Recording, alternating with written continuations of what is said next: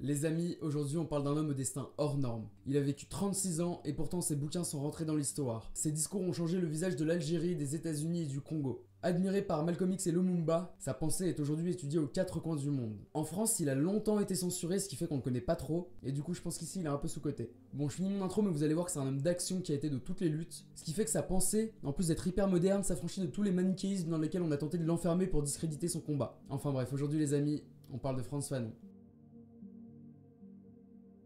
Il est né en 1925 à Fort-de-France en Martinique. Sa famille est petite bourgeoise et métissée.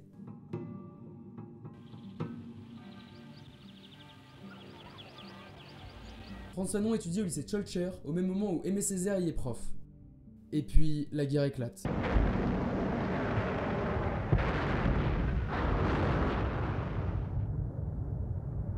Frantz Fanon est pétri d'un immense patriotisme républicain et il voit dans la guerre et dans l'appel du général de Gaulle l'occasion de se battre pour son idéal.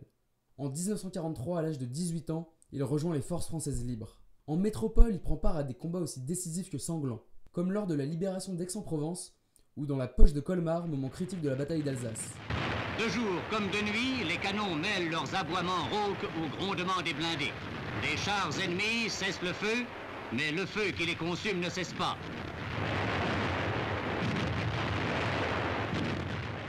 Mais l'idéal s'effondre et laisse place à la désillusion.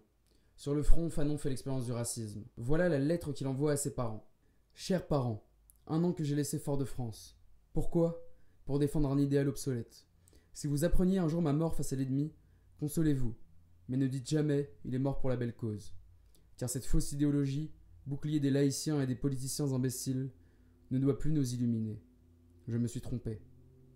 Après la guerre, son expérience de la société métropolitaine et des cafés de Saint-Germain le conforte dans ses intuitions. À l'origine du racisme, il y a le regard. Un regard réificateur, chargé de stéréotypes, d'appréhension, de crainte. Ce regard blanc impose au noir une conscience permanente de sa différence physique. Tous les jours, dans cette France des années 1950, on rappelle à Fanon ses caractéristiques physiques stéréotypées. Le regard blanc n'est pas simplement dévalorisant. Il lui impose d'avoir constamment conscience de son corps et de sa peau. Fanon se sent vivre dans un monde blanc qui le fige en tant que noir, et ce malgré ses efforts d'assimilation pour faire oublier sa couleur.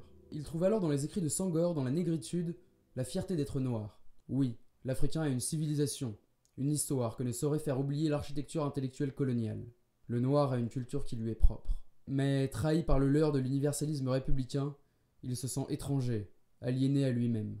Ni tout à fait français, ni vraiment africain, il se sent damné. C'est ainsi qu'il s'intéresse aux fous et aux marginaux, ceux qui, comme lui, n'ont pas su trouver leur place dans le monde. Après ses études, il part ainsi travailler dans un hôpital psychiatrique en Lozère. En 1953, il devient médecin-chef dans l'hôpital psychiatrique de Blida, en Algérie. Il traite les névroses des colonisés, cherche à faire renaître la dignité d'hommes humiliés. Fanon comprend en effet que le colonialisme, plus qu'une aliénation institutionnelle, affecte les sphères les plus profondes de la conscience. Le colonialisme brise la volonté du colonisé, l'assèche de l'intérieur. Les épisodes de transe qu'il note procèdent ainsi de cette quête de liberté. En effet, le colonisé est tant dépossédé de son corps que le premier droit que s'octroie son subconscient dans l'expérience du rêve ou de la transe, c'est la liberté d'expression corporelle. Leur corps, si souvent exploité, retrouvent pendant quelques heures leur liberté de mouvement. C'est ce qui fait dire à Fanon, pendant la colonisation, le colonisé n'arrête pas de se libérer, entre 9h du soir et 6h du matin. En 1954, la victoire du Viet Minh à Dien Bien Phu marque un tournant. Oui, l'indépendance par la lutte armée est possible. Quand la guerre d'Algérie éclate, Fanon soigne les soldats français le jour et les combattants du FLN la nuit. Mais en 1956, il rejoint les rangs du FLN avant d'être expulsé vers la Tunisie. S'affirmant désormais algérien, il représente les indépendantistes en Afrique. Rédacteur au journal du FLN El Moudjahid, il devient la voix de la lutte armée. Ses textes, lus aux quatre coins du pays clandestinement, redonnent du courage aux combattants. Pour Fanon, la conquête de l'indépendance par la lutte armée est vitale.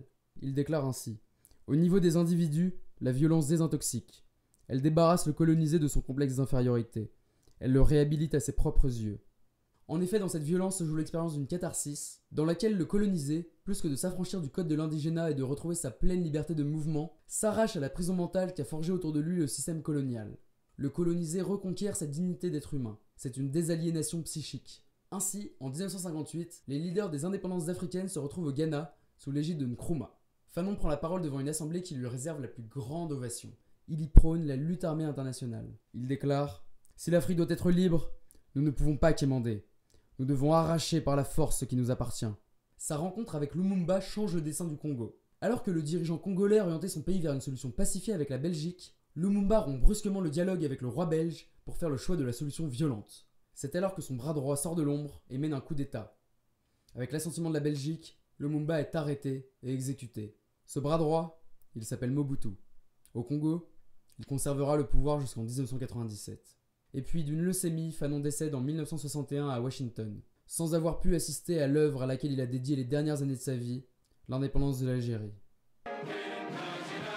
Une journée qui commence dans l'euphorie collective. 132 ans jour pour jour après la prise d'Alger par les soldats français, le pays retrouve sa souveraineté.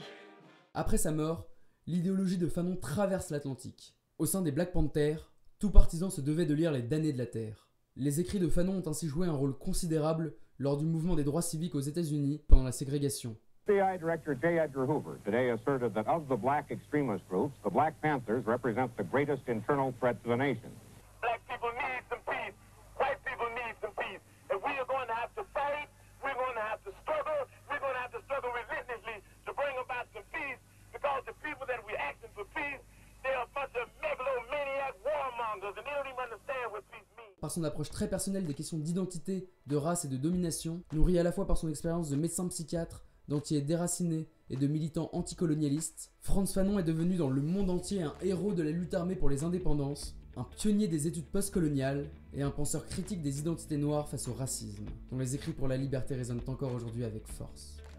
You will never get real freedom and recognition between black and white people in this country without destroying the country, without destroying the present political system, without destroying the present economic system, without rewriting the entire Constitution. It'll be a complete destruction of everything that America supposedly stands for before a white man in this country will recognize a black man as something on the same level with himself.